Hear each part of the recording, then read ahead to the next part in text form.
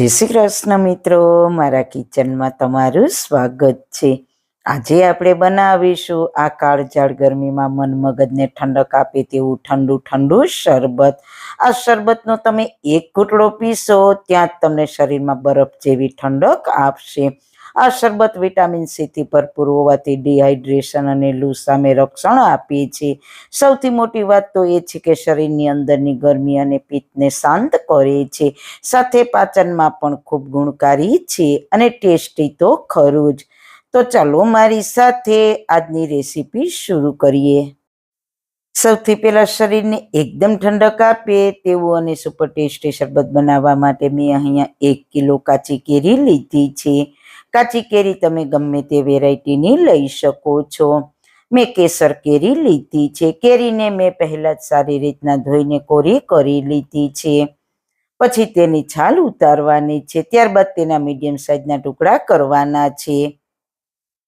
હવે કુકરમાં કેરીના બધા ટુકડાને એડ કરી દઈશું, સાથે તેમાં 1 કપ પાણી ઉમેરી દઈશું અને ઢાંકણ બંધ કરીને મીડિયમ ગેસની ફ્લેમ પર 1 વિસલ કરી લઈએ। 1 વિસલમાં કેરી સારી રીતના બફાઈ જશે।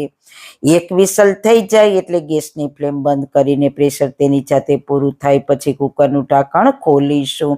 તો કેરી સરસ બફાઈ ગઈ છે, તો તેને સરસ ઠંડી થવા દઈએ। કેરી ઠંડી થાય ત્યાં આપણે સાઈડમાં લઈશું મિક્સર જાર, તેમાં 250 ગ્રામ જેટલી મિશ્રી લઈશું। 1 કિલો કેરીમાંથી ગોટલી અને છાલનો ભાગ કાઢતા તેમાંથી 800 ગ્રામ જેટલો કેરીનો પલ્પ રહે છે, તો તેની સામે આપણે 250 ગ્રામ મિશ્રી લીધી છે। મિશ્રી તમે તમારા ગળાશના ટેસ્ટ પ્રમાણે પ્લસ માઇનસ કરી શકો છો। સાકરનો પાવડર કરીને આપણે કડાઈમાં એડ કરી દઈએ। પછી ફરી તે જ મિક્સર જારમાં ઠંડી થયેલી કેરીના પલ્પને એડ કરી દઈએ। આ શરબતમાં આપણે સાકર વાપરી છે, સાકરની જગ્યાએ તમે ખાંડ કે ગોળ પણ વાપરી શકો છો, પણ સાકરની તાસીર ઠંડી હોવાથી ગરમીમાં તમને શરીરમાં અંદરથી જ ઠંડક આપશે। શરબતને વધારે ટેસ્ટફુલ બનાવવા માટે 1 તીખું લીલું મરચું ઉમેરીશું, સાથે 1 ઇંચ આદુનો ટુકડો ઉમેરીશું, સાથે 1 મુઠ્ઠી ફ્રેશ ફુદીનાના પાન ઉમેરીશું, 1 ટીસ્પૂન જીરું, 1 ટીસ્પૂન વરિયાળી, 1 ટીસ્પૂન મરી પાવડર, 1 ટીસ્પૂન મીઠું અને 1 ટીસ્પૂન જેટલો સંચળ પાવડર ઉમેરીને બધી સામગ્રીને સારી રીતના પીસી લઈએ। પીસવામાં બિલકુલ પાણીનો ઉપયોગ નથી કરવાનો। પીસાઈ જાય પછી આપણે જે સાકરનો પાવડર કર્યો હતો તેમાં સાકરનો પાવડર ડૂબે તેટલું પાણી ઉમેરીશું। મેં લગભગ 3/4 કપ જેટલું પાણી એટલે કે 1 કપ કરતાં થોડું ઓછું એટલું પાણી ઉમેર્યું છે। સારી રીતના મિક્સ કરી લઈએ અને સાકરનો પાવડર પાણીમાં ઓગળી જાય એટલે તેમાં તૈયાર કરેલો કેરીનો પલ્પ ઉમેરી દઈએ અને સારી રીતના મિક્સ કરીને આપણે એક તારની ચાસણી થાય ત્યાં સુધી ઉકાળવાનું છે, એટલે આપણું કેરીનું શરબતનું જે મિશ્રણ છે તે આખા વર્ષ સુધી ખરાબ ના થાય। તો આને સતત હલાવતા રહેવાનું છે। આને ઉકળતા લગભગ 4 થી 5 મિનિટ જેવો સમય લાગશે।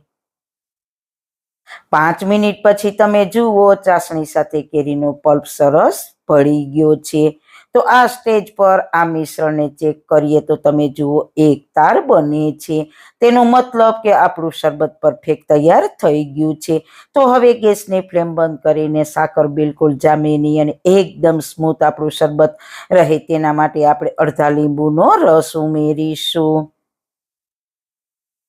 ગેસની ફ્લેમ બંધ કરીને તમારે લીંબુનો રસ ઉમેરવાનો છે, સાથે આપણે ચપટી ગ્રીન ફૂડ કલર ઉમેરીશું, જે બિલકુલ ઓપ્શનલ છે, પણ ચપટી કલર ઉમેરવાથી શરબતનો કલર સરસ બજાર જેવો જ આવશે। બાળકોને તો કાચી કેરીનું શરબત ખૂબ જ ભાવશે, કારણ કે બાળકોને કાચી કેરી ખૂબ જ ભાવતી હોય છે। સારી રીતના મિક્સ કરીને આ મિશ્રણને ઠંડુ થવા દઈએ। મિશ્રણને ઠંડુ કરવું ખૂબ જ જરૂરી છે। શરબત આપણું બિલકુલ ઠંડુ થઈ ગયું છે, તો હવે શરબતના સિરપને બિલકુલ સ્મૂથ કરવા માટે બાઉલ ઉપર ગરણો રાખીને ગાળી લઈએ। શરબતને ગાળવાથી એકદમ સરસ બજારમાં મળે તેવા શરબતના સિરપ જેવું સ્મૂથ તૈયાર થઈ જશે। કોઈ કેરીના ટુકડા કે મસાલો હશે તો તે આ રીતના અલગ થઈ જશે। તમે જુઓ મસ્ત મજાના ગ્રીન કલર સાથે આપણું કાચી કેરીનું સિરપ તૈયાર થઈ ગયું છે. તેની થિકનેસ બતાવું તો ચમચામાં કોટિંગ થઈ જાય તેવી છે. તો આ શરબત સ્ટોર કરવા માટે બિલકુલ તૈયાર છે. તો તેને કાચની બોટલમાં બિલકુલ ઠંડુ થાય એટલે તેને ભરી દેવાનું છે. આ શરબત પીશો એટલે તમે બજારમાંથી તૈયાર શરબતના સિરપ લઈ આવો તે ભૂલી જશો. એટલું ટેસ્ટી આ બને છે. આ શરબતના સિરપને આખું વર્ષ સ્ટોર પણ કરી શકશો. પછી તમને જ્યારે કાચી કેરીનું શરબત પીવાનું મન થાય ત્યારે મિનિટોમાં શરબત બનાવીને એન્જોય કરી શકો છો. હું તમને બતાવીશ કે તૈયાર કરેલા સિરપમાંથી શરબત કઈ રીતના બનાવવું તે.